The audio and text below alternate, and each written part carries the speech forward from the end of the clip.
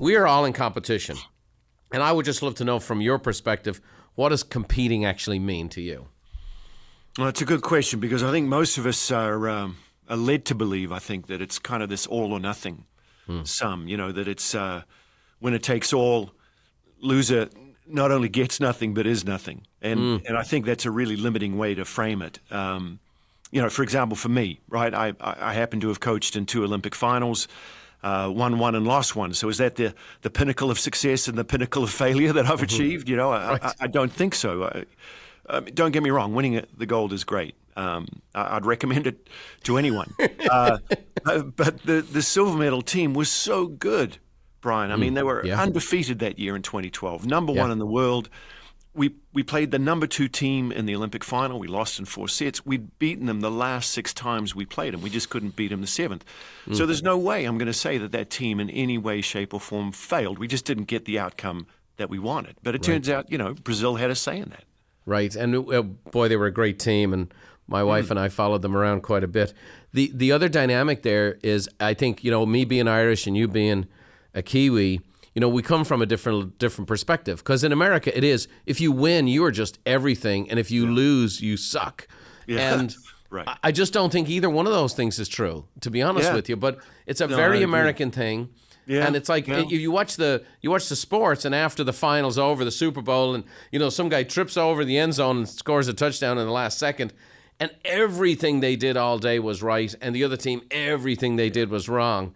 Yeah. And I think you lose so much. And so when you get down to the very essence of competing, as a coach, what are you trying to do to help people compete at a higher level? Well, let's start with just framing that whole thing that you discussed right there. I mean, we all want to win, right? But we can't all win all the time. Right. I mean, sometimes you lose. If you live in the arena, the losses happen. It's an occupational hazard. And really, when you look at the root definition of the word compete, if you look at the Latin derivative, it's to strive with, not to strive against. And so that to me is a really critical part of this framework I describe in the book, that the opponent is someone that you're working with in this moment of competition. It's not something that you're going against. Now that's a radical thought, though. That is not something that's, we have a lot of people in the marketplace that are in business, and there's very much competition, and it's I win, you lose, which to me, by the way, is very minimalistic thinking. It's scarcity mentality. Yeah.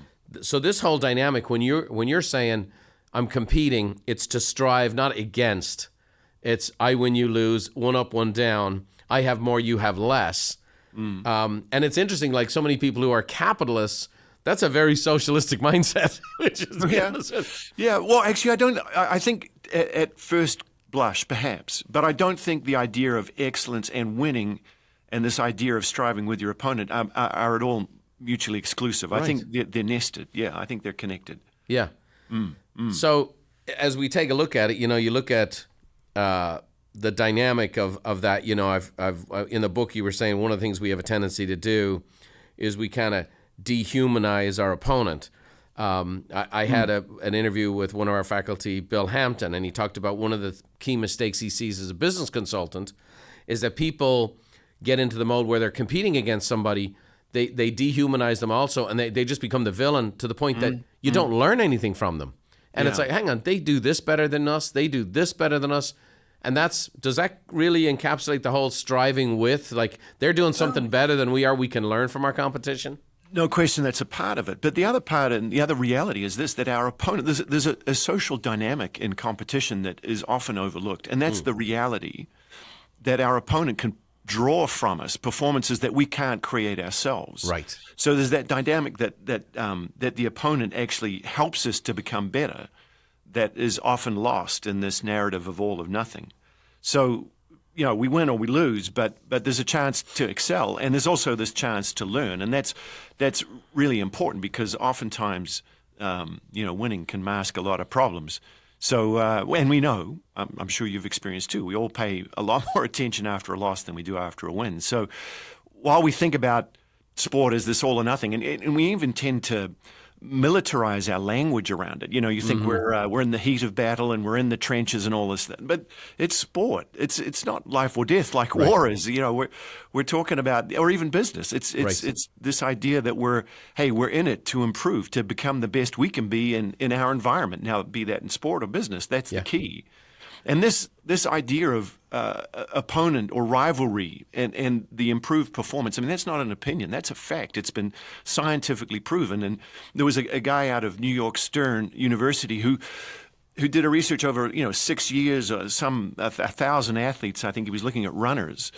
And whenever these runners would run with their rival in the race, they were going 8 seconds per mile faster. 8 seconds.